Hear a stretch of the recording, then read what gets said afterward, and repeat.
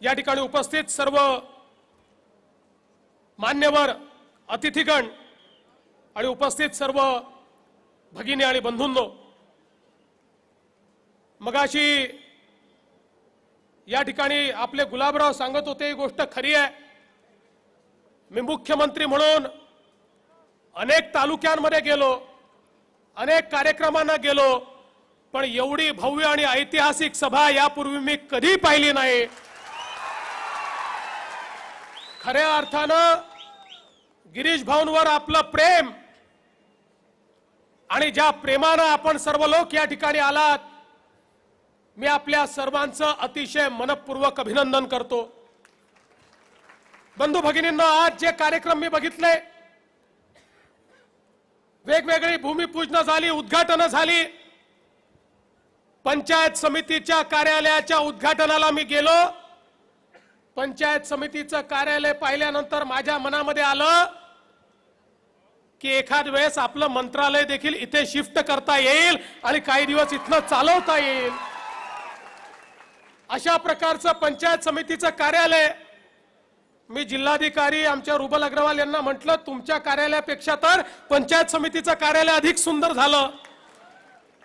खरोखर ज्यावेळी एखादा मंत्री मनामध्ये आणतो, एखादा नेता मनामध्ये आणतो, त्यावेळी तो किती चांगलं काम करू शकतो हे या कार्यालयाच्या माध्यमातून आम्हाला पाहायला मिळालं।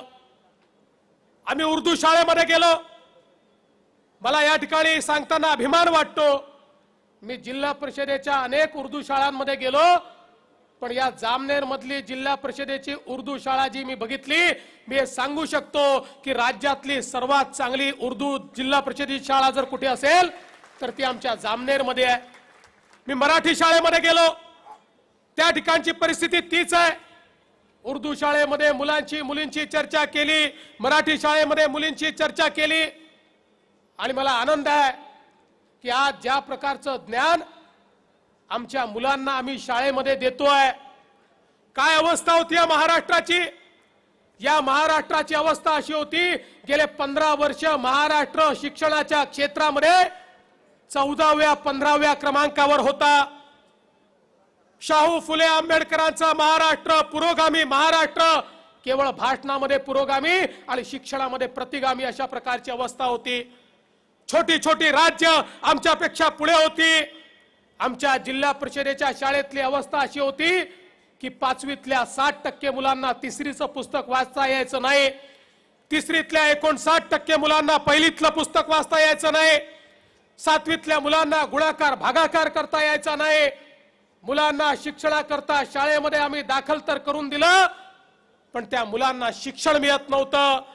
पास तर ते होत होते, पुढच्या वर्गात तर ते जात होते, पण त्या शिक्षणाला अर्थ नव्हता, कारण ते शिक्षण ते ग्रहण करत नव्हते। मला या ठिकाणी आनंद वाटतो, आम्ही प्रगत शैक्षणिक महाराष्ट्र अभियान हातामध्ये घेतलं, शाळा डिजिटल करण्याची सुरुवात केली। आज महाराष्ट्रामध्ये 25,000 शाळा डिजिटल केल्या।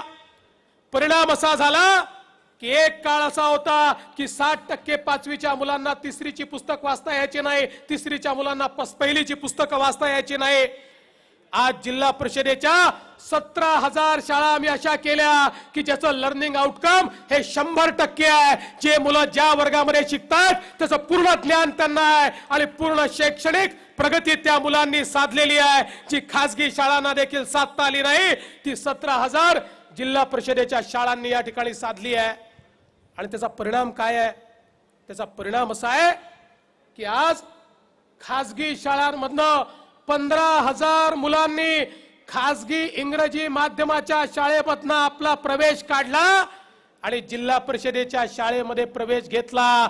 एक काळ असा होता, गरीब माणूस देखील आपल्या पोटाला चिमटा घेऊन पोराला खासगी शाळेत, पोरीला खासगी शाळेत टाकायचा। त्याला विचारलं, का असं करतो रे बाबा? तर म्हणायचा, जिल्हा परिषदेच्या शाळेमध्ये शिक्षण नाहीये, माझा पोरगा शिकला, मी तर गरिबीत वाढलो, गरिबीतच मरीन, पण माझा पोरगा तरी सुशिक्षित झाला तर त्याला काहीतरी मिळेल म्हणून त्याला शिकवण्याचा प्रयत्न करतो। पण आता काळजी करू नका, जो 15व्या क्रमांकावर 14व्या क्रमांकावर 15 वर्ष महाराष्ट्र मागच्या राज्यकर्त्यांनी ठेवला, केवळ 1.5 वर्षामध्ये तो देशामध्ये 3ऱ्या क्रमांकावर क्रमांकावर आपण आणला आणि आता आपल्या जिल्हा परिषदेच्या शाळेमध्ये देखील उत्तमात उत्तम शिक्षण आपण देतो। आपण जाऊन बघा, आता जिल्हा परिषदेच्या शाळेमध्ये डिजिटल क्लासरूमचं उद्घाटन आम्ही केलं आणि त्या क्लासरूमच्या माध्यमातून या ठिकाणी संपूर्ण जगातलं ज्ञान हे आमच्या शाळेपर्यंत पोहोचतंय। आपल्याला माहिती आहे 20व्या शतकामध्ये गावाला रस्ता पोचला तर समृद्धी जायची, कारण त्या रस्त्याच्या माध्यमातून गावामध्ये शिक्षण पोचायचं, आरोग्य पोचायचं, त्या रस्त्याच्या माध्यमातून गावातलं अन्न धान्य फळ फळावळ गावातलं दूध हे शहरापर्यंत जायचं, रोजगार मिळायचा, 2 पैसे मिळायचे।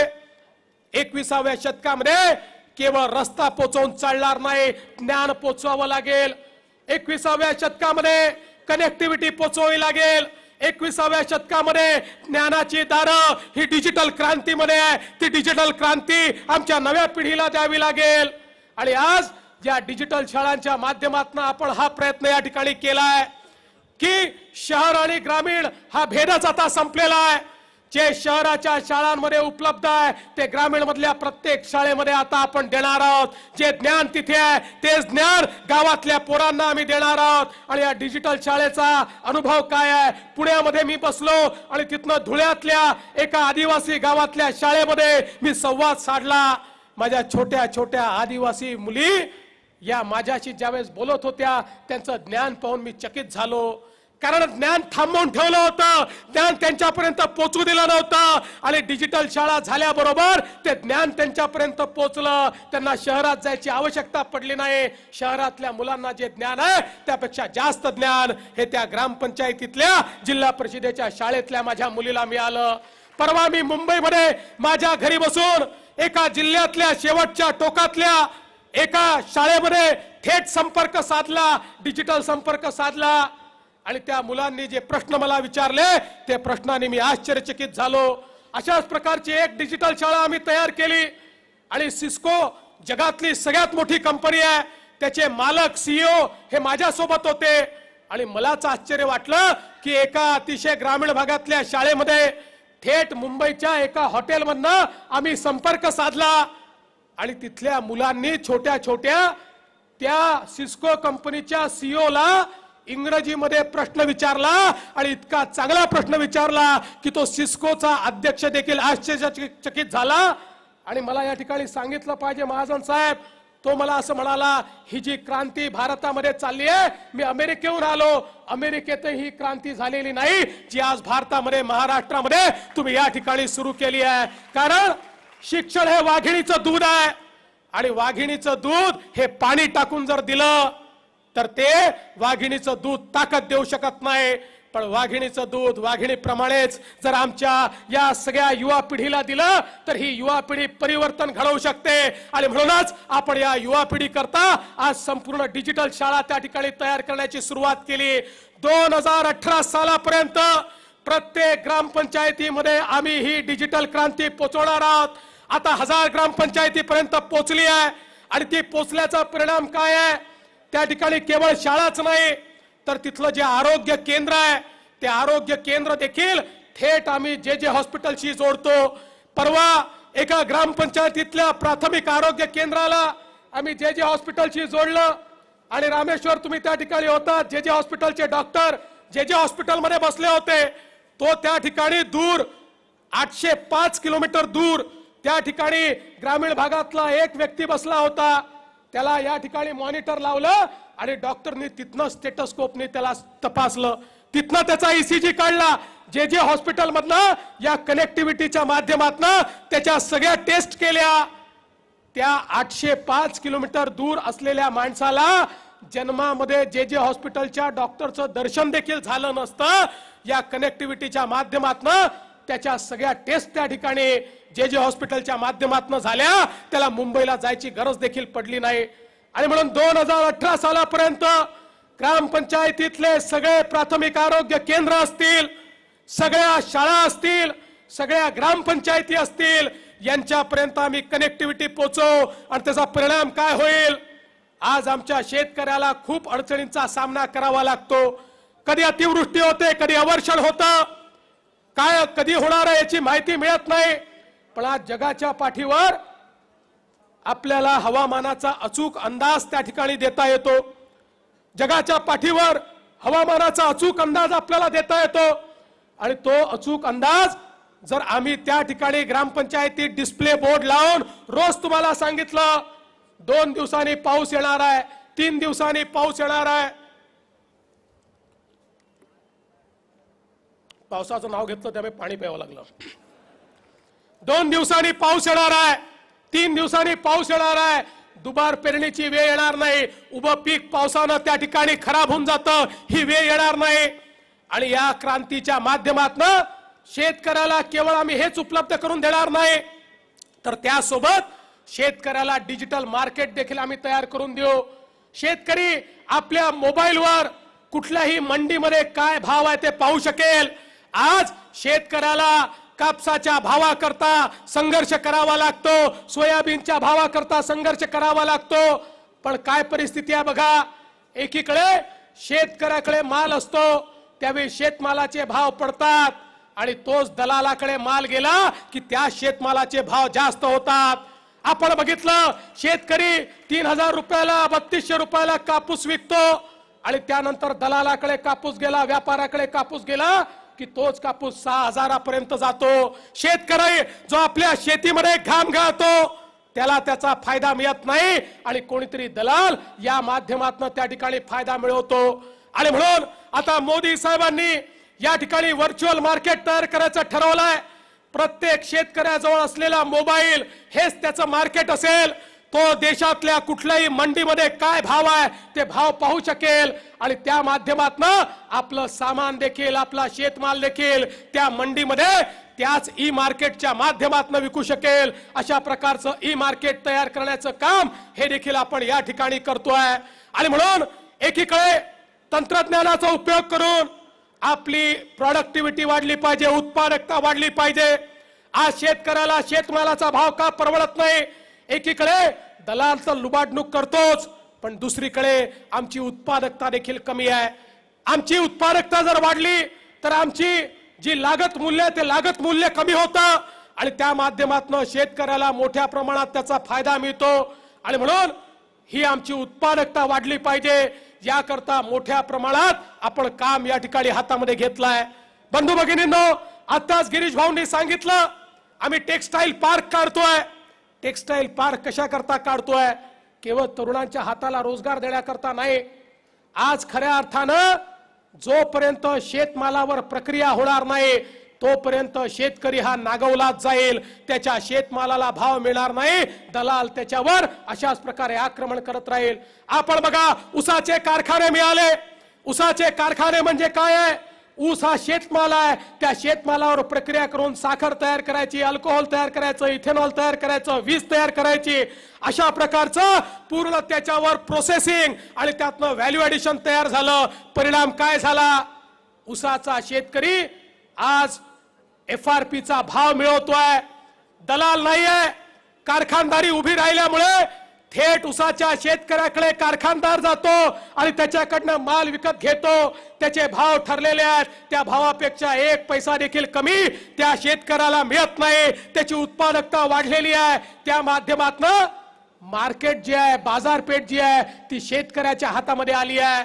आता तर परिस्थिती अशी आहे, ऊस ज्यावेळी कमी होतो एक एक कारखानदार त्याच्याकडे जातो आणि मला तू जास्त भावामध्ये ऊस दे अशा प्रकारे ऊस मागतो। तो कारखानदार त्याला ऊसा करता लावणीला मदत करतो, कापडीला मदत करतो, ट्रान्सपोर्टेशनला मदत करतो आणि त्याला पैसे देखील देतो, कारण बाजारपेठ व्यापाऱ्याच्या हाती नाही, बाजारपेठ शेतकऱ्याच्या हाती आली आहे। जर आपल्याला शेतीमध्ये आमूलाग्र बदल करायचा असेल, सरकार तर मदत करत राहील, ज्या ज्यावेळी भाव पडतात सरकार भाव देते, ते आमचं कामही आहे, पण अशा प्रकारे सरकारच्या भरोशावर माझ्या शेतकऱ्याला मला अवलंबून ठेवायचं नाही। तर प्रक्रिया उद्योग ज्यावेळेस तयार होतात त्यावेळी बाजारपेठ ही दलालाच्या हातून बाहेर पडते आणि ते शेतकऱ्याच्या हातामध्ये येते। आज ऊसाची बाजारपेठ ही शेतकऱ्याच्या हातामध्ये आहे, ती कारखानदाराच्या हातामध्ये नाही आहे, ती बाजारपेठ दलालाच्या हातामध्ये नाही आहे। तशीच कापसाची बाजारपेठ ही देखील आता शेतकऱ्याच्या हातामध्ये आली पाहिजे। आणि शेतकऱ्याच्या हातामध्ये कधी येईल, ज्यावेळी कापसापासून कापडापर्यंत त्याच्यावर 8 प्रकारच्या प्रक्रिया आम्ही करू। पहिला टेक्सटाईल पार्क हा अमरावतीमध्ये आपण काढला आणि त्या ठिकाणी कापसापासून कापडापर्यंत संपूर्ण त्या ठिकाणची प्रक्रिया सुरू केली। आता परिणाम काय त्याचा होतो? आता दलाल नाही, कारखानदाराला कापूस हवाय, त्याला कापड बनवायचा आहे, ते कापड एक्सपोर्ट करायचं आहे, तो शेतकऱ्याकडे चाललाय, तो म्हणतो मी भाव द्यायला तयार आहे। आता तर अशी परिस्थिती यायला लागली हळूहळू की अशा प्रकारे जिथे व्हॅल्यू ऍडिशन होते तिथे कारखानदार आधीच बुकिंग करतो, मी तुम्हाला लोन घेऊ नका, मीच तुम्हाला पैसे देतो, मीच तुमचा माल विकत घेतो, मीच तुम्हाला भाव देतो। अशा प्रकारचं व्हॅल्यू ऍडिशन केल्यानंतर शेतकऱ्याच्या शेतमालाला भाव मिळतो। तशाच प्रकारचा पार्क आम्ही या ठिकाणी टेक्सटाईलचा तयार करणार आहोत। आज होतं काय, आपल्याकडे प्रक्रिया उद्योग नसल्यामुळे तुमच्या माझ्याकडचा कापूस हा कोणीतरी दलाल विकत घेतो, तुमच्या माझ्याकडे होल्डिंग करायची कॅपॅसिटी नाही आहे आणि त्यामुळे तो दलाल विकत घेतो आणि बाजूला गुजरातमध्ये जातो। गुजरातमध्ये त्या ठिकाणी मोठ्या प्रमाणात कापसावर प्रक्रिया करणारे उद्योग आहे।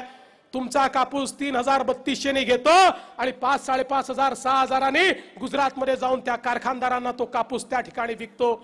मग का त्या ठिकाणी गुजरात मधल्या त्या कारखानदाराचा फायदा करायचा, त्या दलालाचा फायदा करायचा? एक टेक्सटाईल पार्क आला की त्या टेक्सटाईल पार्क मध्येच आपल्या कापसावरची 8 प्रकारची प्रक्रिया होईल। हजारो तरुणांच्या हाताला तर काम मिळेल, पण शेतकऱ्याच्या शेतमालाला देखील दाम मिळेल आणि म्हणून हा टेक्सटाईल पार्क या ठिकाणी तयार करायचा निर्णय आपण केला। या महाराष्ट्रामध्ये ज्या ज्या ठिकाणी कापूस उत्पादक शेतकरी आहे अशा 11 ठिकाणी टेक्सटाईल पार्क आपण तयार करतोय। पहिला पार्क एवढा यशस्वी झाला, 20 वर्ष ज्या ठिकाणी एकही इंडस्ट्री नव्हती, आता 1 इंच जागा माझ्याकडे राहिली नाही। आणि गिरीश भाऊ तुम्ही म्हणताय खरं आहे, तुमच्या पार्कच्या जागेचा आता निर्णय आपण केलाय। एकदा त्या ठिकाणी थोड्या व्यवस्था उभ्या झाल्या, मी तुम्हाला सांगतो 1 इंच जागी या ठिकाणी उरणार नाही आणि मोठ्या प्रमाणात आमच्या मुलांच्या हाताला रोजगार मिळेल आणि आमच्या कापसाला देखील भाव मिळेल।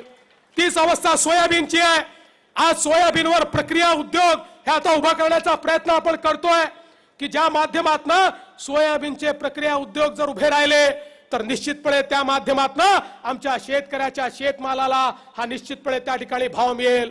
एक गोष्ट आपल्याला मी सांगतो, सरकार आपल्या पाठीशी उभी आहे। ही गोष्ट खरी आहे की पाऊस चांगला झाल्यामुळे मोठ्या प्रमाणात शेतमाल झालाय आणि शेतमाल मोठ्या प्रमाणात झाला की पुन्हा दलाल मार्केटमध्ये येतात आणि खेडा खरेदी करून त्या ठिकाणी आमच्या शेतकऱ्याला नागवण्याचा प्रयत्न करतात। गिरीश भाऊ, पहिलं काम या ठिकाणी करा, सगळ्या शेतकऱ्यांना सांगा हमी भावापेक्षा कमी भाव जर कोणी देत असेल तर त्याचा पुरावा ठेवा। तो पुरावा तुम्ही आम्हाला दिला की त्याच्यावर फौजदारी गुन्हा दाखल करू आणि तुमचे पैसे तुम्हाला द्यायला लावू। या देशामध्ये राज्यामध्ये हा कायदा आपण तयार केलाय, या कायद्याचा वापर कोणी केला नाही, पण हे सरकार या कायद्याचा वापर करेल। गुलाबराव, या ठिकाणी आता आपल्याला या कायद्याचा वापर करावा लागेल। जर शेतकऱ्याकडनं 1200 रुपयामध्ये कापूस कोणी विकत घेत असेल तर त्या ठिकाणी फक्त पुरावा ठेवा, पुराव्याची चिठ्ठी आम्हाला द्या आणि मग बघा काय करतो, त्याला जेलमध्ये टाकल्याशिवाय आम्ही राहणार नाही। कारण हमी भावापेक्षा कमी भावामध्ये विकत घेणं हा गुन्हा आहे आणि हा गुन्हा जर कोणी करत असेल, माझ्या शेतकऱ्याला जर कोणी नागवत असेल तर त्याच्या विरुद्ध राज्य सरकार कारवाई केल्याशिवाय राहणार नाही। केवळ एकच विनंती आहे, आमचे शेतकरी भोळे आहेत, भोळ्यासारखं वागू नका, पक्का पुरावा ठेवा। कच्चा पुरावा चालत नाही, नसेल तर 2 साक्षीदार ठेवा, 2 साक्षीदारांच्या समक्ष त्या ठिकाणी विक्री करा। आणि आताच मी जिल्हाधिकारी आहेत, SP आहेत, या दोघांना या ठिकाणी निर्देश देतो की अशा प्रकारे कुठेही खरेदी चालली असेल तात्काळ जिल्हाधिकाऱ्यांनी हस्तक्षेप करायचा आणि SPंनी फौजदारी गुन्हा नोंदवून घ्यायचा। कोणाही शेतकऱ्याकडनं कमी भावामध्ये कोणालाही या ठिकाणी हा माल विकत घेता येणार नाही। बंधू भगिनींनो, आज या निमित्ताने मला खरं म्हणजे सांगायचं आहे, या शेतकऱ्याकरता मोठ्या प्रमाणात आपण गेल्या 2 वर्षांमध्ये या ठिकाणी त्याला दिलासा द्यायचा प्रयत्न केला। पंतप्रधानांनी विम्याची योजना आणली। मला या ठिकाणी सांगितलं पाहिजे की गेल्या 1 वर्षामध्ये जर आपण हिशोब लावला, 15 वर्ष या ठिकाणी काँग्रेस राष्ट्रवादी काँग्रेसचं सरकार होतं, माझ्याजवळ आकडे आहेत, 15 वर्षामध्ये त्यांनी पीक विम्यापोटी 15 वर्षामध्ये दिले 4200 कोटी रुपये आणि आमच्या सरकारनं 1 वर्षामध्ये, मागच्या 1 वर्षामध्ये पीक विम्यापोटी दिले 4700 कोटी रुपये, म्हणजे 15 वर्षात त्यांनी जे पैसे दिले त्यापेक्षा जास्त पैसे एका वर्षामध्ये आमच्या सरकारनं दिले। मला माहिती आहे विम्यानं काही शेतकरी श्रीमंत होणार नाहीये, पण मला हे सांगितलं पाहिजे, शेतकऱ्यावर संकट आलं, आम्ही कर्ज काढून शेतकऱ्याच्या पाठीशी उभं राहिलो। आमचे अर्थमंत्री सुधीर मुनगंटीवार यांनी अर्थसंकल्प मांडताना सांगितलं 9000 कोटी रुपयाचं डेफिसिट आहे, झालं तरी हरकत नाही, माझ्या शेतकऱ्यावर संकट आहे। 2 वर्षामध्ये 18000 कोटी रुपये शेतकऱ्याकरता त्या ठिकाणी देण्याचं काम हे आपण निश्चितपणे केलं। आणि याही पुढे मी आपल्याला आश्वस्त करतो, शेतकऱ्याच्या पाठीशी आम्ही उभे राहू। शेतकऱ्याकरता आमच्या तिजोरीची दारं खुली आहेत। केवळ एकच माझी आपल्या सर्वांना विनंती आहे, आपलं सहकार्य आम्हाला हवं आहे। 15 वर्षामध्ये महाराष्ट्राची घडी बिघडली आहे। अरे या ठिकाणी सिंचनाचे प्रकल्प पूर्ण झाले असते तर शेतकऱ्याला काही मागायचीच आवश्यकता पडली नसती। 3-3, 4-4 पिकं माझ्या शेतकऱ्यांनी घेतली असती आणि त्या माध्यमातून तो समृद्ध झाला असता। पण आज आमच्या गिरीश भाऊंनी ही जबाबदारी स्वीकारली आहे। आणि खरं म्हणजे गिरीश भाऊ, मला आता या ठिकाणी मी माहिती घेत होतो की या जिल्ह्यामध्ये तुम्ही किती पैसे आणले। मला असं वाटलं की तुम्ही महाराष्ट्रात पैसे देताय, पण तुम्ही लपून छपून आपल्या जिल्ह्यात सगळ्यात जास्त पैसे या ठिकाणी नेलेले मला दिसतात। कारण वाघूरला 1179, त्यानंतर हा एक कुठला वरखेडचा प्रकल्प आहे 526, शेळगावला 795 कोटी, लोअर तापीला 1130 कोटी। म्हणजे मला असं वाटतं की जवळजवळ आता या जिल्ह्यातले सगळे प्रकल्प हे गिरीश भाऊंनी मार्गी लावले आहेत। आता 2 वर्षामध्ये हा जिल्हा जलमय होईल, जलगाव हा जलगाव होईल, जल असलेला गाव होईल, जलाविना गाव असणार नाही, सगळीकडे जल असलेला गाव, अशा प्रकारचा जलगाव हा निश्चितपणे आपण तयार करू। या निमित्ताने मी आपल्याला एवढंच आश्वासन देण्याकरता आलो आहे, या महाराष्ट्रामध्ये सामान्य माणसाच्या पाठीशी सरकार उभा आहे। परवा आम्ही अतिशय चांगला निर्णय घेतला, आमच्या शेतकऱ्याच्या मुलांना आज या ठिकाणी शिकण्याची इच्छा आहे आणि शेतकऱ्याच्या मुलाला शिकायचं असेल तर त्याला शहरामध्ये राहायला जावं लागतं, शहरामध्ये त्याला राहणं परवडत नाही। आणि म्हणून आम्ही निर्णय केला 2.5 हेक्टरचा जर कोरडवाहूचा शेतकरी असेल किंवा 2 हेक्टरच्या खालचा जर बागायती शेतकरी असेल, ओलिताचा शेतकरी असेल, तर या शेतकऱ्याच्या मुलाला तो शहरामध्ये प्रोफेशनल कॉलेजमध्ये जर ऍडमिशन घेईल तर त्याला तिथे राहण्याकरता मोठ्या शहरामध्ये 30,000 रुपये राज्य सरकारच्या वतीने दिले जातील आणि छोट्या शहरामध्ये 20,000 रुपये राज्य सरकारच्या वतीने दिले जातील। कारण आमचा शेतकरी आपल्या पोराला शिकवायची इच्छा ठेवतो, पण आपल्या पोराला जर त्यांनी त्या ठिकाणी शहरामध्ये ठेवलं तर त्याचा राहण्याचा खर्च देखील परवडत नाही। आता राज्य सरकारने ठरवलंय शेतकऱ्याचा हा खर्च देखील कमी करायचा आणि त्या माध्यमातून भाऊसाहेब पंजाबराव देशमुख अशा प्रकारची योजना आपण चालू केली आणि त्या योजनेच्या अंतर्गत 30,000 रुपये मोठ्या शहरात आणि 20,000 रुपये लहान शहरामध्ये राहण्याकरता भत्ता म्हणून आपण त्या आपल्या मुलाला देणार आहोत। एवढंच नाही तर परवा आम्ही राजर्षी शाहू महाराज शिष्यवृत्ती योजना जाहीर केली। आज मोठ्या प्रमाणात वेगवेगळ्या समाजाचे लोक हे या ठिकाणी शिकायची इच्छा ठेवतात, पण आपल्या सरकारनं गेल्या सरकारनं काय केलं, गेल्या सरकारनं शिक्षणाचं पूर्ण खासगीकरण करून टाकलं। सरकारी कॉलेजेसमध्ये केवळ 35,000 जागा आणि खासगी कॉलेजेसमध्ये 3 लाख जागा। खासगी कॉलेजमध्ये शिकायला जायचं असेल तर 1 लाख रुपये, 50,000 रुपये, 25,000 रुपयाची फी, म्हणजे शिक्षणाचं बाजारीकरण करून टाकलं, व्यापारीकरण करून टाकलं। आमचा सामान्य माणूस हा त्या ठिकाणी शिकू शकत नाही। आज मराठा समाजाचे देखील मोर्चे निघाले, त्यातली प्रमुख मागणी ही होती आम्हाला शिक्षणाकरता मदत करा। आज मुस्लिम समाजाची मागणी होती आम्हाला शिक्षणाकरता मदत करा। राज्य सरकारने हा निर्णय घेतला की या राज्यामध्ये, कल्याणकारी राज्यामध्ये, केवळ धनदांडग्यांच्या मुलांना शिकता येणार नाही, केवळ पैसा आहे म्हणून तो खासगी विद्यालयात शिकतो, ही व्यवस्था योग्य नाही। त्याला खासगी विद्यालयामध्ये गरीबाच्या पोराला देखील शिकता आलं पाहिजे आणि म्हणून परवा आम्ही निर्णय केला आणि 6 लाखाच्या आत उत्पन्न असलेल्या सगळ्या मुलांना आम्ही शिष्यवृत्ती लागू केली आणि त्यांचं जे काही फी आहे ते 50% फीची प्रतिपूर्तीची योजना ही आम्ही लागू केली। आता कुठल्याही खासगी इंजिनिअरिंग कॉलेज असो, मेडिकल कॉलेज असो, MBAचं कॉलेज असो, BBAचं कॉलेज असो, कुठलंही कॉलेज असो, टेक्निकल कॉलेज असो, या ठिकाणी आपल्या मुलाला जर तुम्ही शिकायला पाठवलं तर त्याच्या फी मध्ये राज्य सरकार वाटा उचलणार, त्याच्या राहण्याकरता राज्य सरकार त्याला व्यवस्था करून देणार। मला असं वाटतं की आपल्या शेतकऱ्याची मुलं सुशिक्षित झाली, त्यांनी तंत्रज्ञान शिकलं। आज आमच्या शेतकऱ्यांच्या मुलांना ऍग्रीकल्चर कॉलेजमध्ये प्रवेश घेता येत नाही, कारण खासगी ऍग्रीकल्चर कॉलेजची फी परवडत नाही। खासगी ऍग्रीकल्चर कॉलेजमध्ये प्रवेश घेतला तर त्याची ही फी अर्धी ही राज्य सरकारच्या वतीनं भरण्यात येईल। हा निर्णय देखील आम्ही घेतलाय आणि म्हणून हे राज्य सरकार कल्याणकारी काम करण्याकरता या ठिकाणी आहेत। आव्हानं मोठी आहेत। 15 वर्ष ज्यांनी राज्य केलं त्यांनी केवळ स्वतःचा विचार केला, जनतेचा विचार केला नाही। त्यामुळे खड्डे जागोजागी खणून ठेवले आहे। आभाळाला त्या ठिकाणी गवसणी घालण्याची आवश्यकता आहे। आभाळ त्या ठिकाणी फाटलेला आहे। पण आमच्या जवळ एकच गोष्ट आहे आणि ती गोष्ट म्हणजे आमच्याकडे प्रामाणिकता आहे, आमच्याकडे हिम्मत आहे आणि आमच्याकडे तुमच्यासारखी मंडळी आहे जी आमच्यावर प्रेम करते, जी आम्हाला आशीर्वाद देते। तुमच्यासारख्या लोकांची श्रीमंती आमच्या जवळ आहे आणि या श्रीमंतीच्या जोरावर प्रत्येक आव्हान आम्ही पेलून दाखवू। आणि या राज्यातला शेतकरी असेल, शेतमजूर असेल, या राज्यातला विद्यार्थी असेल, या राज्यातला दलित ओबीसी असेल, या राज्यातला आदिवासी असेल, प्रत्येकाच्या जीवनामध्ये परिवर्तन करण्याचा संकल्प आम्ही सोडलाय। अरे पूर्वी सरकारकडे तुम्हाला जावं लागायचं, आता सरकार तुमच्या दारी येऊ लागलं। तुम्ही चक्रा मारायचे, सरकार चेक घेऊन तुमच्या दारी येत आहे। 3 लाख लोकांना राजस्व अभियान, मुख्यमंत्री समाधान शिबिराच्या माध्यमातून थेट 52 योजनांचे लाभ हे आम्ही दिलेले आहेत। लोकशाही ही राज्य करण्याकरता नाही आहे, लोकशाही ही सेवा करण्याकरता आहे आणि सेवेचा वसा आम्ही घेतलेला आहे। त्या सेवेच्या वसातनच तुमच्यापर्यंत पोहोचण्याचं काम आम्ही करतोय। तुमचा आशीर्वाद, तुमचं प्रेम हे अशाच प्रकारे आमच्या पाठीशी राहू द्या। निश्चितपणे महाराष्ट्र बदलून दाखव। तुमच्या स्वप्नातला महाराष्ट्र घडवल्याशिवाय आम्ही राहणार नाही हा विश्वास व्यक्त करतो।